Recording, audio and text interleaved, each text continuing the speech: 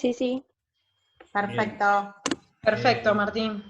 Les decía entonces que en lo que refiere a esta idea de que él consideraba al hombre como una máquina, en realidad lo considera como un recurso de producción. Él sabe claramente que no es lo mismo un hombre que una máquina. El tema es que de alguna manera su mecanismo es tan eficienticista que lo que pretende es que el hombre, el recurso humano, el operario, tenga un comportamiento similar al de una máquina, ¿no? Eso puede estar en que desconoce, lo que decíamos hace un rato, desconoce las implicancias de lo informal, de lo que puede pasar fuera de la empresa y cómo afectan al trabajador, ¿no? Entonces, desde ese sentido, sí que hay un enfoque parcial del ser humano, lo considera como un elemento abocado exclusivamente a la producción y desconoce otros elementos o aspectos psicológicos, sociológicos que afectan sobre la persona y que también, en definitiva, afectan el rendimiento, la productividad de ese trabajo a la persona. Como nos pasa a cualquiera de nosotros, cuando andamos con alguna situación o buena o mala fuera del ambiente de trabajo, nuestro estado de ánimo en el trabajo depende muchas veces, aunque esto preferiblemente no así sea, pero es inevitable, depende nuestra performance, nuestra productividad del estado de ánimo que tenemos a partir de situaciones que no solo son del trabajo, sino también familiares, personales o del contexto, ¿no?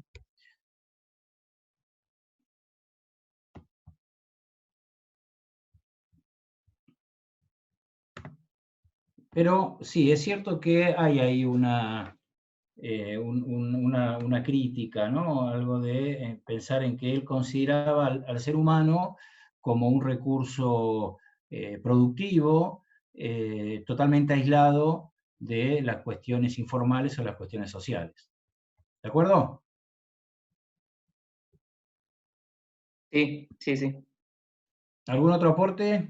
Hay más todavía, vamos. Eso, lo que acabas de decir también se puede ver en el video de Chaplin, cuando justamente sale de la línea de producción y se queda como haciendo los mismos movimientos continuamente, después sale a la calle y también hace lo mismo, o cuando ve algo similar en la calle a la línea de producción se pone a hacer los mismos movimientos. Esa es como la parte psicológica que no se tenía en cuenta. Eso sí que es una crítica. Quedaba como mecanizado. Claro, eso sí que es una crítica al taylorismo que podemos que estar todos de acuerdo. Indudablemente, esto que yo les decía hace un rato, que es esta extrema división de tareas de los trabajadores y llevar las tareas al extremo de sencillas, de simples, de repetitivas, lo que genera, es cierto, genera que el trabajador haga mejor su tarea. Esta es la esencia de la división del trabajo y la especialización de la tarea, como decíamos el otro día, ¿no? ¿Por qué la especialización de la tarea? Bueno, porque se supone que uno cuando hace muchas veces lo mismo, lo hace cada vez mejor. Ahora, eso tiene un límite, y el límite está dado en el cansancio mental, en la fatiga mental, en la alienación que representa para un trabajador o una trabajadora estar 8 horas por día haciendo exactamente lo mismo, más cuando ese exactamente lo mismo significa una tarea sencilla. Entonces, lo que en su objetivo inicial era ser más productivos, tener menos accidentes de trabajo, ser más eficiente, hacer mejor la tarea, terminó siendo mecanismos que cansaban mentalmente a los trabajadores, esto les producía distracciones y esto les producía accidentes de trabajo, que es lo que muestra la película también en forma artística, cuando Chaplin se mete adentro de la máquina y empieza a andar entre adentro de la máquina. Esto lo que está dando es una idea de accidente de trabajo, ¿no? Y como bien decís vos, de alienación mental, que la persona ya tenía incorporado ese movimiento, no solo para su trabajo habitual, sino también en su vida cotidiana. Entonces, la fatiga mental que produce el sistema Taylor es una crítica válida para la administración científica. Profe, otra crítica podría ser la cantidad de capataces que usaba para cada tarea. Sí, indudablemente que el sistema de capataces funcionales es un sistema que, si bien tiene su lógica en el modelo taylorista, pero es un sistema que es muy fácil que genere una sensación de desorientación en el trabajador, a quién recurrir ante un determinado problema. Entonces, El trabajador tiene que tener muy claro cuál es el problema y cuál es el superior que tiene que resolverle ese problema. Genera confusión, genera riesgos de dualidad de mando. Yo no sé si criticarlo como mecanismo, pero sí seguramente que es un mecanismo que requiere de mucha coordinación y que seguramente es un sistema que es muy probable que genere confusión y que termine generando ineficiencia. Así que yo lo pondría como una crítica, está muy bien.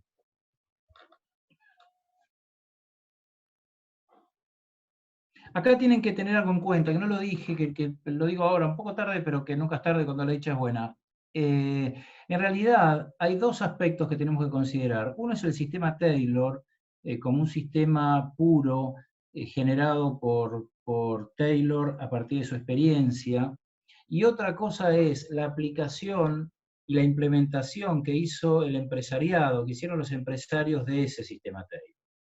¿A qué voy con esto? Taylor, por ejemplo, siempre dice que el sistema de administración científica tiene que ser un sistema gradualmente instalado, aplicado en las empresas, ¿no? Los empresarios automáticamente tomaron este sistema y pretendieron transformar formas de trabajo de muchos años, que era la administración por iniciativa, de un día para el otro la administración científica. Yo me acuerdo una vez tengo un libro sobre cómo se implementó el sistema Taylor en España, y los operarios cuestionan esto, digamos.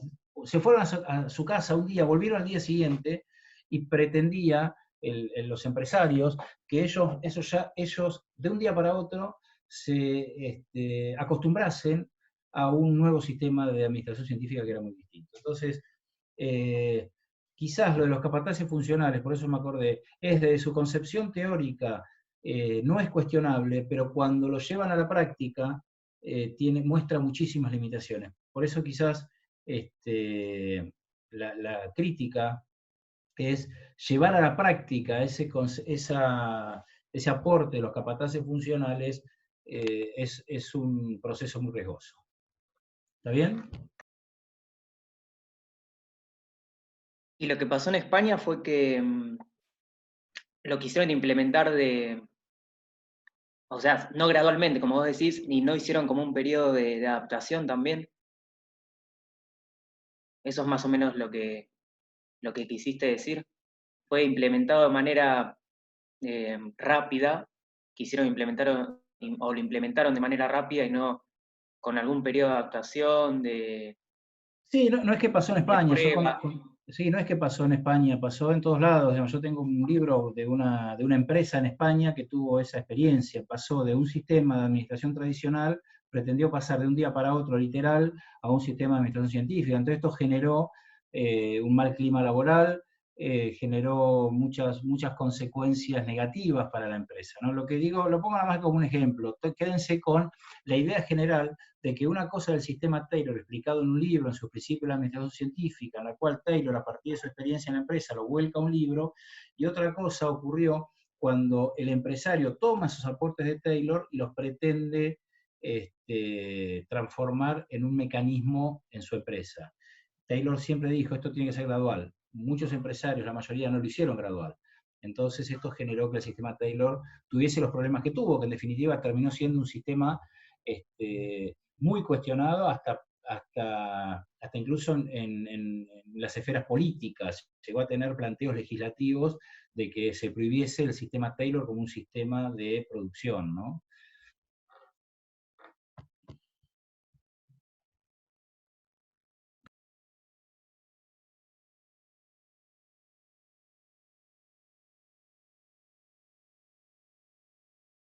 Vamos a dejarlo a los dos tranquilos, a Taylor y a Fayol por un ratito, y vamos a ver dónde están las coincidencias y las diferencias entre el Taylorismo y el Fayol. Las críticas están bien, faltarán algunas, pero están bien. No sé si Sol, Lisandro o Mara se les ocurre alguna que no hayamos pasado. Yo hasta ahora estoy conforme con el relevamiento de los chicos. No sé si nos estamos olvidando alguna importante.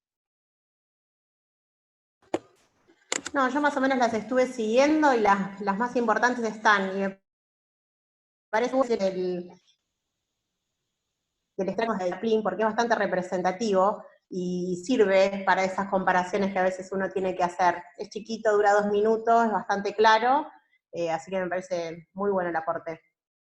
Fíjense que la película, Tiempos Modernos también, no en la parte que comúnmente se ve, que es la de los 4 minutos, quien tuvieron la posibilidad de ver un poquito más, un fragmento más largo, la película entera, hasta desarrollan un mecanismo para darle de comer a la persona automáticamente mientras trabaja, ¿no? Es todo un mecanismo que hay un brazo que le da de comer y otro brazo que le da de tomar agua, mientras la idea es que coma mientras siga trabajando, como una crítica y una satirización del extremo de cómo debía pedirse el máximo del esfuerzo del trabajador, ¿no?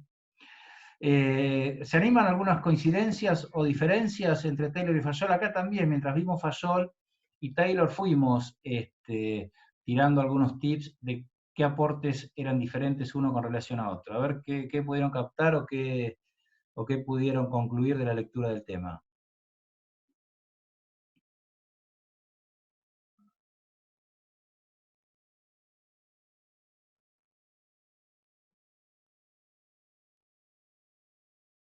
Bueno, a ver, largo uno, a ver si se van animando. Una diferencia importante, lo decíamos el otro día, era una diferencia de enfoque, donde hay un enfoque basado en la producción, en la parte operativa de la empresa, que lo veíamos como una limitación también, del taylorismo, y hay un enfoque más centrado en la dirección del fayolismo. Esto, si bien es una diferencia, sirve para complementar el aporte de los clásicos, pero en realidad es una diferencia entre uno y otro. Taylor, con un enfoque más basado, más centrado en la base de la organización, y Fayol en un enfoque más basado en la cima de la organización.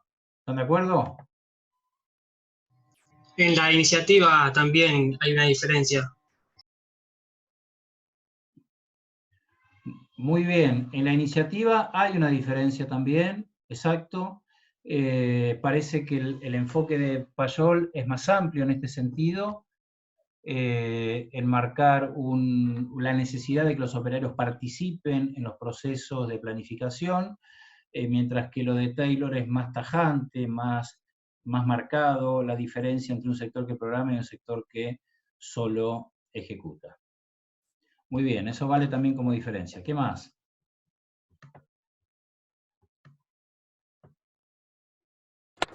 Y aparte, capaz, un poco acá relacionado con eso que dicen, que Taylor habla de lo que es una competencia individual, está un poco relacionado con la contraparte de Fayol, que es esa iniciativa, esa unión de personal, en los principios como medio relacionado con lo mismo que estábamos hablando, como otra diferencia que hay entre los dos. Correcto. Esto también está marcado. El sistema de remuneración que aplica el taylorismo conduce inevitablemente a la competencia entre trabajadores. El que trabaja más cobra más, el que trabaja menos cobra menos. Entonces, más que un concepto y una idea de unión del personal que pone Fayol en un principio, en su 14º principio, parecería ser que Taylor se inclina más hacia la competencia de los trabajadores más que al que estén unidos, ¿no? Esto podría ser una diferencia. Si bien Taylor siempre se inclina por una identidad de interés entre patrones y obreros, dice él, o sea, un bienestar de los trabajadores y un bienestar de los empleadores, pero lo cierto es que su sistema es muy individualista, mientras que Fayol, en ese sentido, bueno, contempla más lo importante que es para la organización y para que se cumplan sus objetivos el trabajo de los equipos.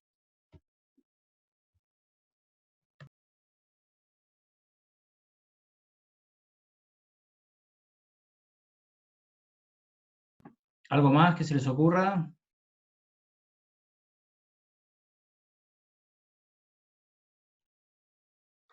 Que para Fayol había un límite en la división del trabajo y en cambio Taylor trataba de simplificarlo lo más posible. Claro, eso lo veíamos el otro día, está muy bien, eso también es una diferencia, ¿no? La división del trabajo, la superespecialización de tareas, la superdivisión del trabajo del taylorismo versus límites en la división del trabajo que pone el el fallolismo fundamentalmente en su primer principio de división de trabajo. Es correcto, está muy bien. ¿Alguna más?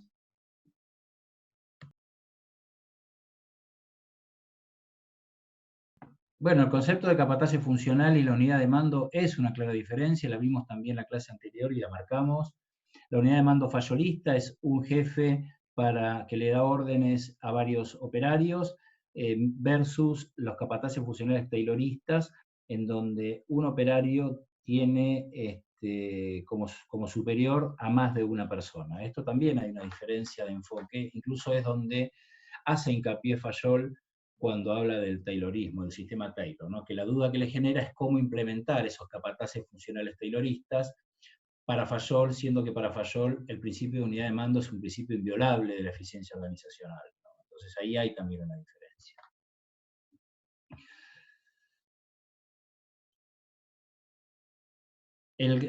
Otra diferencia, el tema de la remuneración, Taylor solo, no por desconocimiento, sino porque forma parte de su enfoque, esto solo habla de la remuneración a destajo por pieza producida. Fayol habla de más de un mecanismo de remuneración. Habla de a destajo pieza producida, pero también habla de la remuneración por tiempo o por jornal, también habla de la remuneración por pieza producida. Por tarea, no por pieza producida. O sea, los tres mecanismos plantea Fayol, mientras que Taylor solo habla de un mecanismo de remuneración basado en las piezas producidas, basado en un concepto de destajo.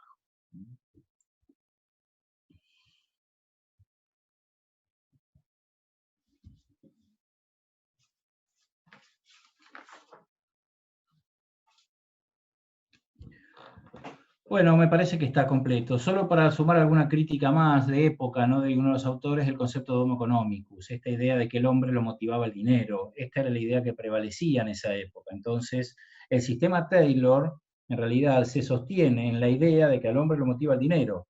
La eficiencia del taylorismo está basada y centrada y sostenida en que el hombre va a producir más porque quiere ganar más, a cualquier costo.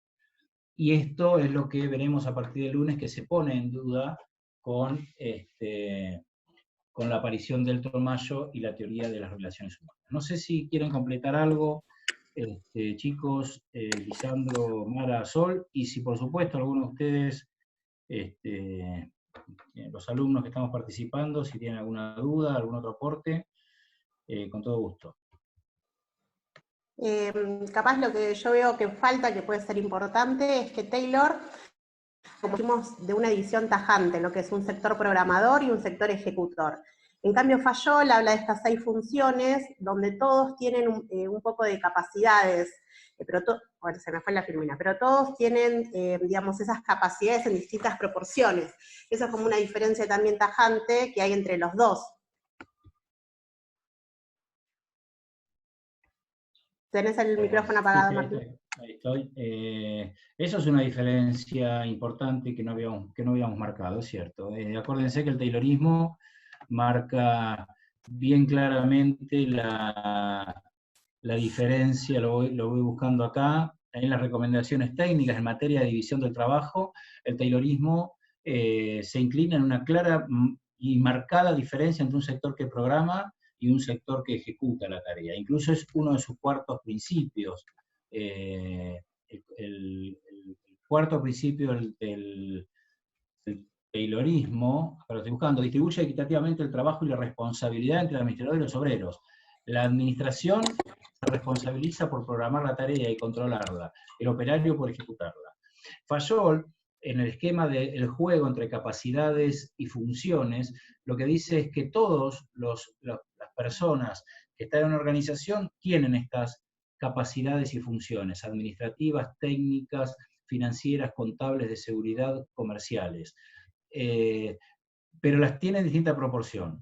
En los niveles superiores, quien está en un nivel superior, el director de la empresa, tendrá más funciones administrativas, esto es de planificar, de organizar, de dirigir, de coordinar y controlar, que funciones operativas. Mientras que el capataz de un grupo de tareas, que también tiene funciones administrativas, también planifica, organiza, dirige, coordina y controla, pero tendrá una mayor proporción de funciones técnicas que administrativas.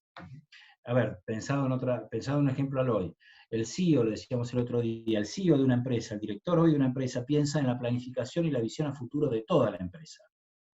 el capataz, el que tiene a cargo una cuadrilla que repara cables eléctricos, también va a planificar, pero planifica esa tarea, no planifica toda la tarea de la organización. No sé si soy claro.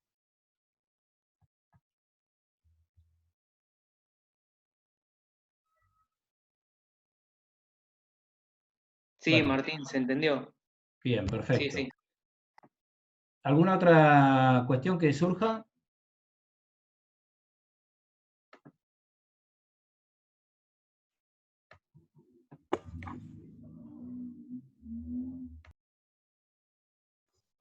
Yo como una diferencia también que tengo anotada, siempre voy tomando nota, es que Fayol, digamos, se inclina más por lo que era en su principio la estabilidad del personal. En cambio, Taylor, si bien no es que, digamos, es tajante, que lo despedía, tiene otra postura un poco más dura con respecto a esto, y es como una diferencia que hay entre las dos formas de pensar de Taylor y Fayol. No sé, Martín, ¿te parece bien? Sí, es eso, está muy bien eso. Acuérdense que Fayol en su principio de estabilidad del personal siempre se inclina por mantener como un principio de la eficiencia que la persona esté mucho tiempo en el trabajo. El taylorismo parece ser un poco más práctico en ese sentido, en que cuando una persona no cumple la función se lo va reemplazando, ¿no? Puede haber alguna diferencia. Yo creo que en el fondo la estabilidad del fayolismo termina siendo algo parecido a lo que piensa el taylorismo. Fayol piensa la estabilidad como una manera en que el trabajador hace mejor las cosas, que si está mucho tiempo en su lugar de tareas hace mejor las cosas.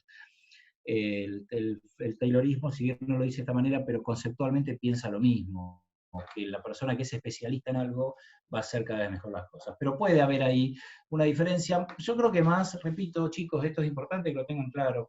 Acá no se trata de que uno es mejor que el otro. Los dos han sido muy buenos y los pioneros, y eso es lo que al día de hoy todavía se destaca. Con relación a la administración. Son dos enfoques distintos. Uno se enfoca en la producción, en los talleres de trabajo, en los procesos productivos. El otro tiene una visión mucho más integral de la empresa, más de gestión, más desde la cima de la organización. Me refiero primero a Taylor y luego a Fayol. Entonces, para quienes somos de administración, para quienes estudiamos administración, para quienes ejercemos la gestión organizacional, nos parece más familiar todos los aportes de Fayol que los aportes del taylorismo, que quizás en sus continuadores han ido yendo hacia la ingeniería industrial más que hacia la gestión de las organizaciones, ¿no? Pero yo creo que es esta diferencia de enfoques lo que parece marcar a veces la diferencia entre uno y otro. Hay una idea totalmente absurda de que uno era mejor que el otro, que uno era más bueno que el otro. No, los dos ni los dos son buenos, ni los dos son malos, no nos interesa si uno era bueno o malo. Lo que nos interesa es en esto, en que tienen muchas coincidencias por ser los dos clásicos, por compartir una época, porque esas características de la época, lógicamente, que influyen sobre ambos, tienen los dos el reconocimiento de ser los primeros que empiezan a pensar en la administración como un conjunto metódico de conocimientos y no como expresiones o experiencias empíricas, y esto es lo que los destaca, y pone mucho más alto los aportes que los cuestionamientos que le podemos hacer más de 100 años después. Entonces, este es un poco el cierre que quería remarcar con relación al taylorismo y al fayolismo, ¿no?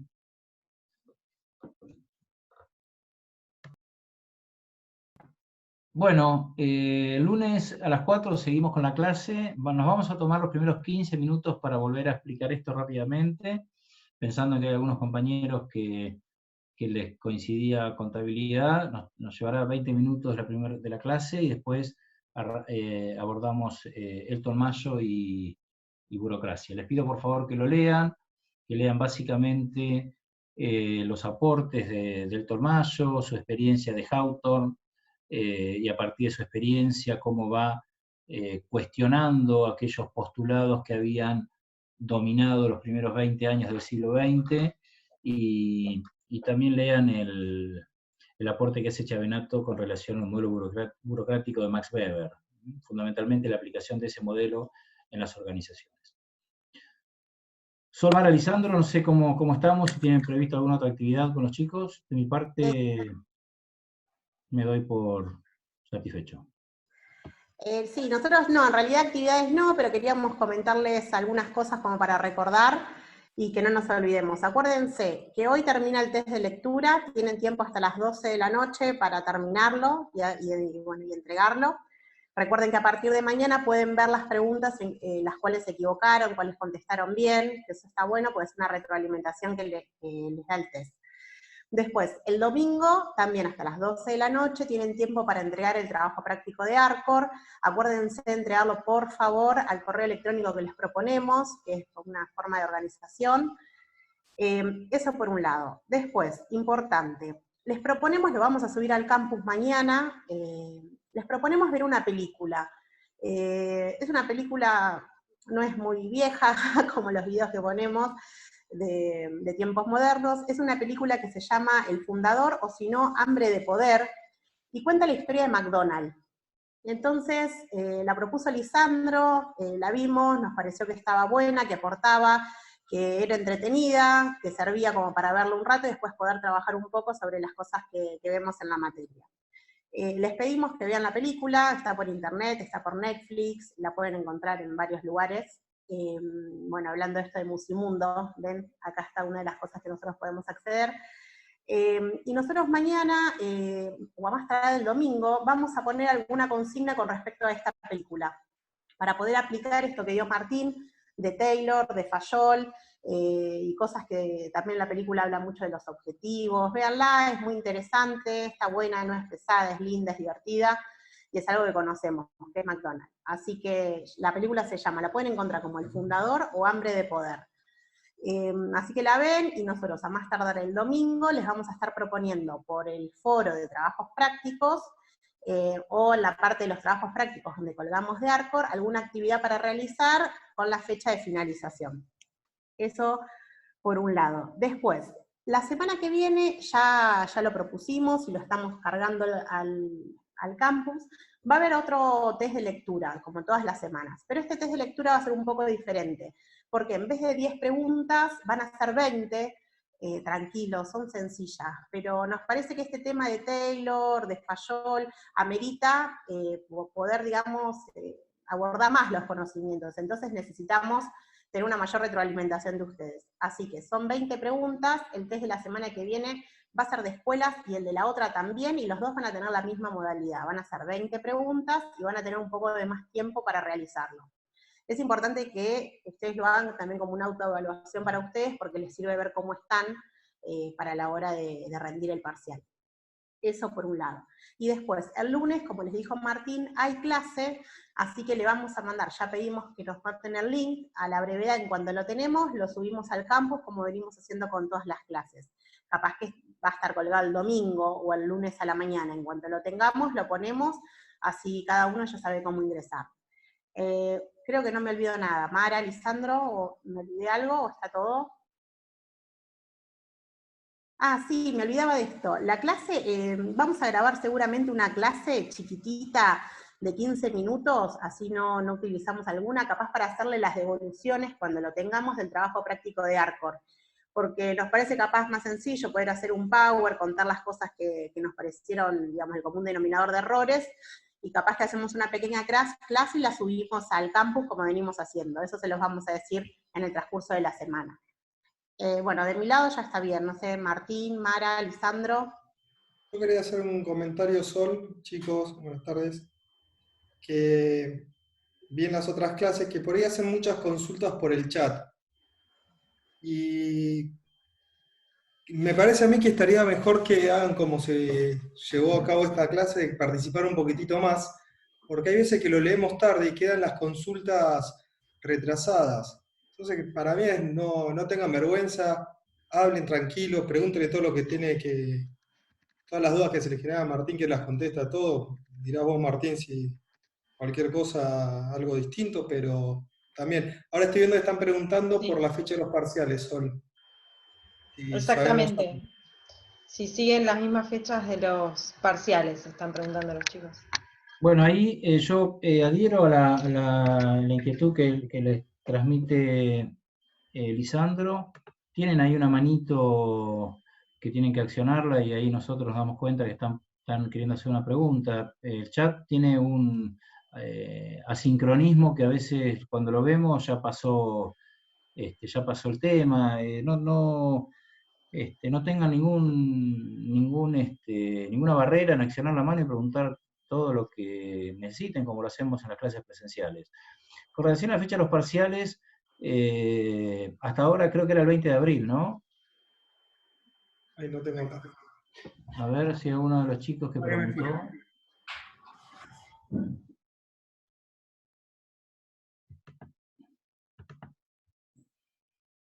Esperen que nos fijamos. ¿Alguien tiene el programa ahí a mano que nos puede ayudar? Sí, el 22. 22 de abril, Martín. Bien. El 22 de abril. Mi idea es respetar esa fecha. Lógicamente que el cambio de metodología también nos genera un cambio, nos obliga a tener un cambio de metodología en la forma de evaluarlo, ¿no? Y nos tomaremos todo este tiempo, además de para dar clase, de ver qué mecanismo de evaluación ecuánime y justo y útil podemos poner en práctica con este mecanismo. Si es el 22 de abril, va a estar muy cerca, en el mejor de los casos, va a estar muy cerca de la finalización del aislamiento, o puede llegar incluso el aislamiento a continuar hasta el 22 de abril. Esto no debería sorprendernos.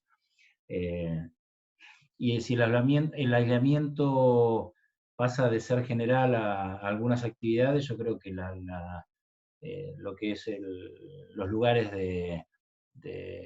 en donde gente se reúne van a ser los últimos en liberarse. Entonces, no soy muy optimista en que el 22 podamos estar en el aula de la facultad tomándoles un parcial.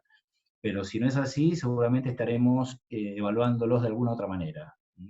Lo que puede pasar también es que hagamos evaluaciones más cortas. Ayer yo me reuní con otros titulares de otras cátedras de Administración 1, que son 3 cátedras, ustedes saben, y coincidimos con eso, en que quizás vamos a tomar parciales más cortos, pero quédense tranquilos que van a tener evaluaciones. El esfuerzo que estamos haciendo y que están haciendo ustedes tiene como objetivo que no perdamos el curso ni que perdamos la dinámica de las clases. Buscaremos un mecanismo de evaluación que sea coherente con esta metodología a distancia por la cual nos hemos volcado para no perder el contacto con ustedes. Y nada, ya, no se hagan problema por eso, sigan cursando, sigan leyendo, sigan estudiando, aprovechen. Yo sé que es difícil, y me pasa a mí, le pasa a los ayudantes, les pasará a ustedes, es difícil concentrarse en estas cuestiones cuando uno va viviendo día a día problemas en la salud, en la economía, en lo social, que son muy, muy grandes y muy críticos, pero bueno, hagamos un poco el esfuerzo entre todos, este es el gran desafío que tenemos, así que les iremos avisando con tiempo y forma, como venimos haciendo siempre, cuando haya ya alguna definición de los parciales. En principio pensemos que el 22 vamos a tener algún mecanismo de evaluación, pero que no se distraigan con eso, métanle con las clases, métanle con el resto de las clases, de las materias, y bueno, y no los vamos a dejar en el medio del proceso, eso seguro.